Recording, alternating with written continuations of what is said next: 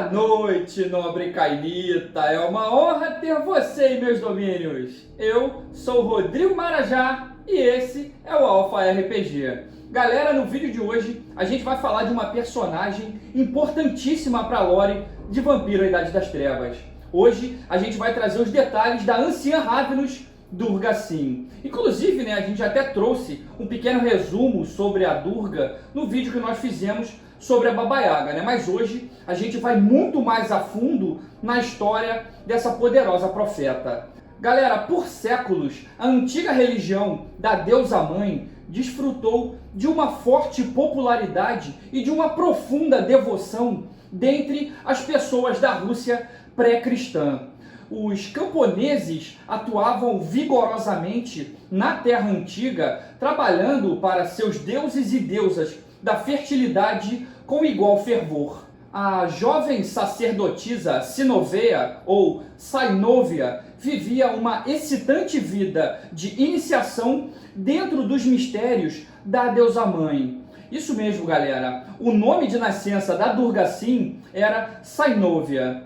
A bela e inteligente iniciante encantou-se nos êxtases selvagens dos rituais pagãos e dedicou sua vida à exploração destemida dos reinos exterior e interior. Conforme ela ganhava sabedoria e compreensão, ela usava a sua fé para melhorar as colheitas nos tempos de seca, e amenizar o frio dos invernos mais intensos. Naqueles dias mágicos, mulheres e homens sábios se associavam às criaturas imortais tanto quanto se associavam aos seus companheiros mortais. Durga Sin, galera, ela desfrutava da companhia de fadas, de lupinos, de vampiros e até mesmo de alguns espíritos. A pureza de sua sexualidade e a inocência de sua espiritualidade ganhou a admiração e a amizade de muitas criaturas sobrenaturais, que entendiam Durga como uma mediadora confiável e uma pacificadora entre as suas muitas e muitas disputas. Mas, infelizmente, a jovem sacerdotisa também atraiu a atenção de Baba Yaga, uma antiga Nosferatu que tinha sido degenerada por sua crueldade e sua loucura.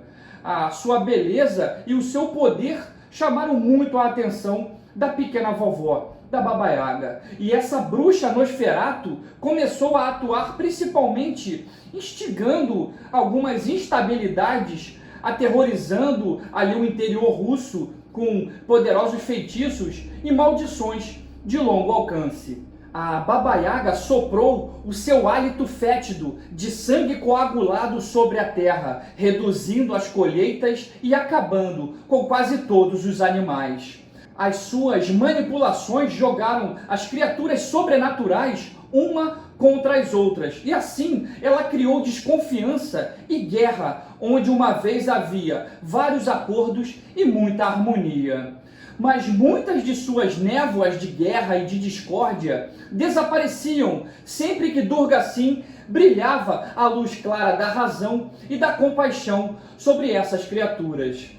Galera, nessa mesma época, a Durga Sin, ainda mortal, ainda humana, ajudou também a resolver um impasse que existia ali entre os vampiros do clã Ravenous e alguns lupinos, alguns lobisomens da floresta ali no lado russo. E observando tudo isso, todos esses detalhes, o poder da Durga Sin, a Baba Yaga então concluiu que a sacerdotisa era um obstáculo severo para suas intenções. E a Nosferatu então jurou pará-la de qualquer jeito. Conforme Durga Sin procurava descobrir o que devastava a sua terra e o que estava matando os animais, Baba Yaga então apareceu para ela e ofereceu uma solução. Baba Yaga ofereceu também a maçã dourada da sabedoria e da vida eterna. A bruxa, que também era uma seguidora da deusa mãe, antes do antediluviano Nosferatu abraçá-la, a bruxa ofereceu a Durga Sin força, imortalidade e grande sabedoria como a sua filha mais próxima. Tudo o que ela exigiu foi obediência eterna, apenas obediência. A Durga, sim, agradeceu a bruxa pelo que ela a ofereceu, mas ela rejeitou o presente, explicando que preferia experimentar o ciclo total da vida e a morte naturalmente. Ela não tinha a ambição de se tornar uma imortal. A Baba Yaga, então, irritada, gritou que ninguém jamais havia rejeitado e vivido para contar vantagem dessa rejeição. Então a bruxa colocou uma fortíssima maldição em Durga Sim e na sua terra natal. Baba Yaga proferiu o feitiço macabro. Se você está tão ávida para sentir o seu esqueleto flexível crescer quebradiço e sua carne firme cair e crescer manchada, então que assim seja. Baba Yaga gargalhou e invocou a poderosa maldição na jovem sacerdotisa. Na mesma noite, Durga Sim sofreu uma terrível transformação, nunca mais parecendo jovem ou inocente. Ela se tornou velha, feia e desprezível. E além disso, Baba Yaga amaldiçoou a mãe Rússia para sofrer uma incursão de guerras que poderiam durar por séculos, trazendo assim a morte da antiga religião da desprezível Durga Sim. Logo depois da maldição da Baba Yaga, os missionários cristãos vieram trazendo guerra e pestilência. Os cristãos nunca aceitariam a mediação de Durga e, como Baba Yaga previu, eles destruiriam tudo que não pudessem converter. Eles esmagaram a velha religião e instituíram a sua em seu lugar.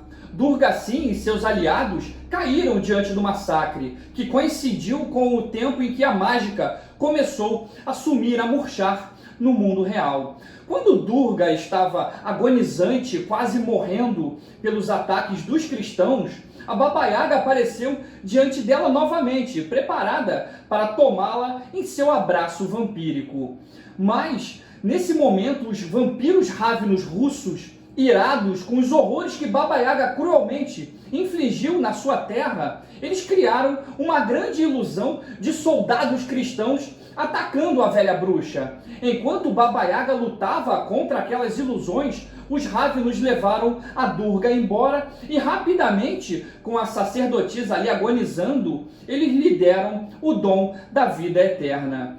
Embora entristecida, galera, por sua nova condição de não morta, a Durga Sim estava determinada a usar a sua força recém-descoberta para resistir às forças de intolerância que cobriam ali a sua amada terra Rússia. E ela decidiu lutar contra os cruéis planos da bruxa Baba Yaga, embora ela suporte silenciosamente a maldição que arruinou a sua aparência, e o seu recém-adquirido desejo por sangue. Devido a essa extensão anormal da sua nova existência, ela foi forçada a observar como os séculos sofridos tiravam a magia do mundo e como o tempo levava embora os seus mais nobres companheiros da face da terra. A imortalidade realmente tem um preço muito alto a ser cobrado. Mas o mal imortal não pode continuar indefinidamente. A bruxa Baba Yaga, num determinado momento, foi atingida pelas mesmas forças mágicas que ela liberou sobre a terra. Nós falamos no vídeo da Baba Yaga sobre essas forças, Ela chegou até mesmo ao ponto de invocar dragões, demônios, realmente foi algo bem bizarro. Então a própria Baba Yaga perdeu muito de suas forças e finalmente teve que ir para o subterrâneo num estado praticamente de torpor. E o clã Nosferatu cuidou de seus negócios durante a sua ausência, embora muitos tenham seguido o seu próprio caminho. Então, galera, com a Baba Yaga fora, a Durga Sim, ela encontrou caminhos inteligentes para sabotar ali os planos mais insidiosos de alguns Nosferatus. Ela atirou-se aos seus estudos sobre magia e foi parcialmente até bem sucedida em desfazer aquela magia, aquela maldição que a transformou em uma forma fraca, feia e decrépita. Mas ela não se livrou completamente dessa maldição, tá? O seu antifeitiço funcionou apenas brevemente e durante esse período os seus poderes até cresceram e ficaram mais fortes ainda. Então ela passou até mesmo informações vitais aos cainitas e até mesmo aos mortais que ela pensou que pudessem ajudar a endireitar, né, os muitos erros infligidos ao mundo pelos desejos da velha Baba Yaga, né? Então ela ajudou governantes mortais a resistirem às manipulações de vampiros e de outras criaturas sobrenaturais maléficas, né? A anciã Ravenous se tornou muito conhecida por seus poderes de profecia. E ela frequentemente atuava até mesmo como uma mentora para alguns neófitos e algumas coterris. E muitas vezes ela se disfarçava, né, de um mortal ou até mesmo de um carniçal. Galera, ali em 1444, ela encontrou pela primeira vez um grupo de vampiros chamados de filhos de Isaac e se tornou uma espécie de anjo da guarda desses vampiros ao longo dos séculos que se seguiram, né? E como foi esse contato com os filhos de Isaac, vocês encontram no livro Giovanni Chronicles 1, The Last Supper, a última ceia, né? Galera, é maneiro demais. No livro tem uma cena ali no castelo do Hardestad, né? O ancião Ventru, em que a Durga ela pega um blood egg, né, um ovo de sangue, e faz umas profecias passando sobre a cabeça dos personagens. Inclusive é nesse livro que traz até a informação sobre o nome verdadeiro, né, o primeiro nome da Durga, que era Sainovia, né, e ela adotou, no caso, esse novo nome, né, de Durga Sim, depois que ela foi transformada / amaldiçoada, né. A Durga, galera, nessa época, ela sabia da intenção do antediluviano Capadócios em alcançar a apoteose. Tá, nós falamos desse detalhe, né, sobre a apoteose no vídeo do clã Capadócios, tá? Se vocês tiverem curiosidade, assistam depois o vídeo do clã Capadócios, que a gente fala um pouquinho sobre essa intenção do antediluviano em se tornar Deus, em se tornar uma divindade, né? E a própria Durga Sim, ela sabia também do destino desse antediluviano Capadócio, né, em relação a Diablo-Henrique e esses novos poderes que estavam surgindo ali de necromancia.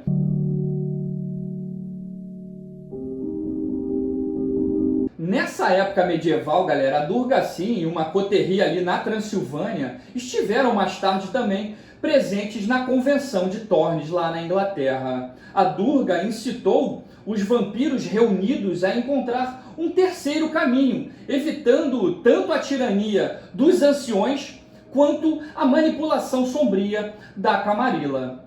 Posteriormente, ela viajou de volta para a Transilvânia, onde aconselhou Vlad Tepes. O próprio príncipe Vlad Drácula da Valáquia prestou muita atenção aos conselhos e tornou-se um dos poucos vampiros independentes naquela época. Ela também, mais tarde, o auxiliou em suas pesquisas sobre a Golconda e até magicamente concentrou seus esforços para controlar um demônio invocado pelos vampiros do Incono.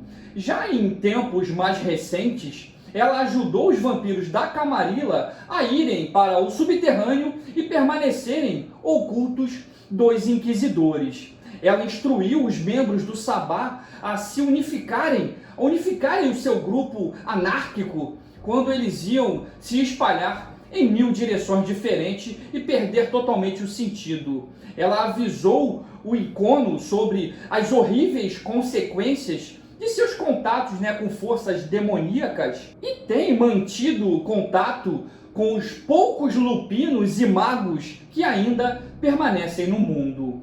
Ela tem também auxiliado as forças da Camarilla e do Sabá durante suas guerras sem fim, enfurecendo ambos os grupos. Para vocês verem, galera, realmente o quanto a Durga tem influência, o quanto ela tem poder de persuasão, tanto na Camarilla quanto no Sabá e até mesmo nos independentes. Galera, tempos depois, a Durga voltou para a Romênia, aonde abraçou um estranho jovem ali, isso já em 1752, esse jovem assumiu o nome de Zlato.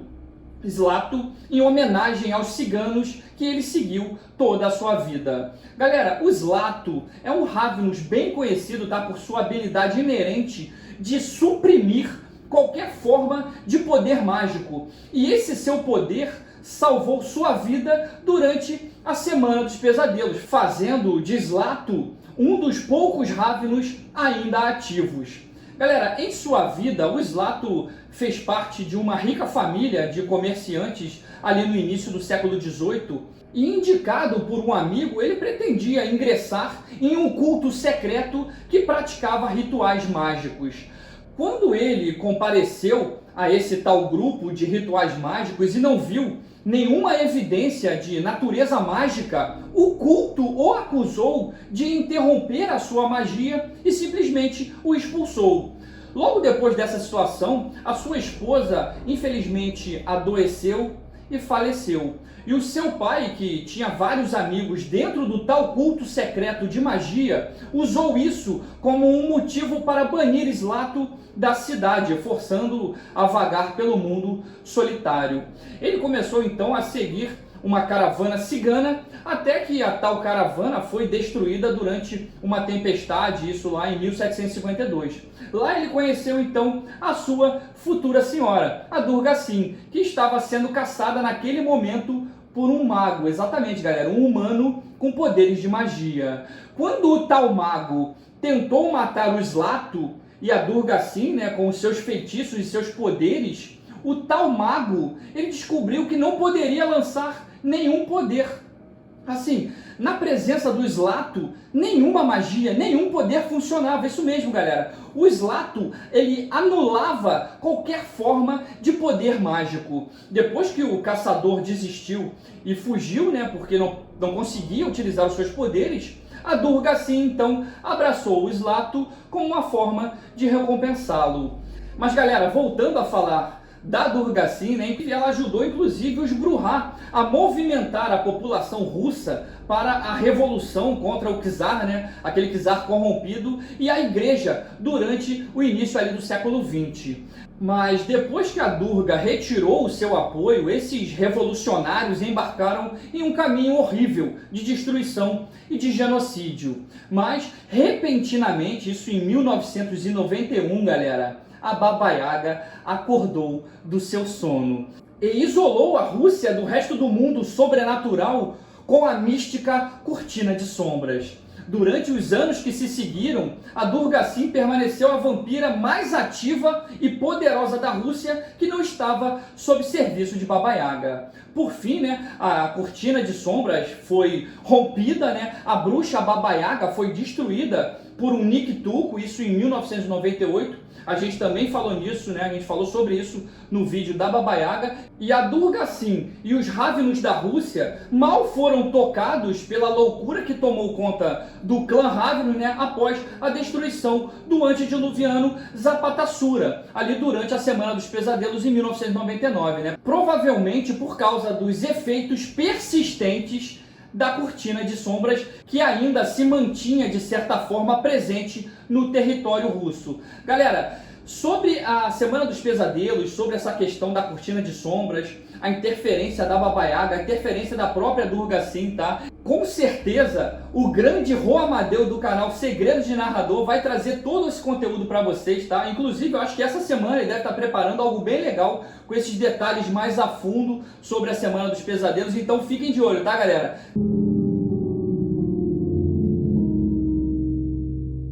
Galera, vamos falar um pouquinho sobre a geração da Durga Sin, tá? De acordo com o livro Rage Across Russia, a Durga Sin seria uma vampira, né, de 7ª geração, criada ali no ano de 923 por um cainita desconhecido. Outros livros, como o próprio Transylvania Chronicles e o Knights of Prophecy, a descrevem como uma vampira de 6ª geração, criada ali pelo Vladovos, né, em uma data desconhecida, especulando que ela se tornou ali uma cainita por volta do ano 200. Mas já no Giovanni Chronicles 1, ela é listada como uma vampira de quinta geração, abraçada ali em 932, né, no ano de 932, também por um vampiro desconhecido, né? Já na Enciclopédia Vampírica, ela também é listada como uma vampira de quinta geração, filha de um Matusalém chamado Rodina, isso em 922.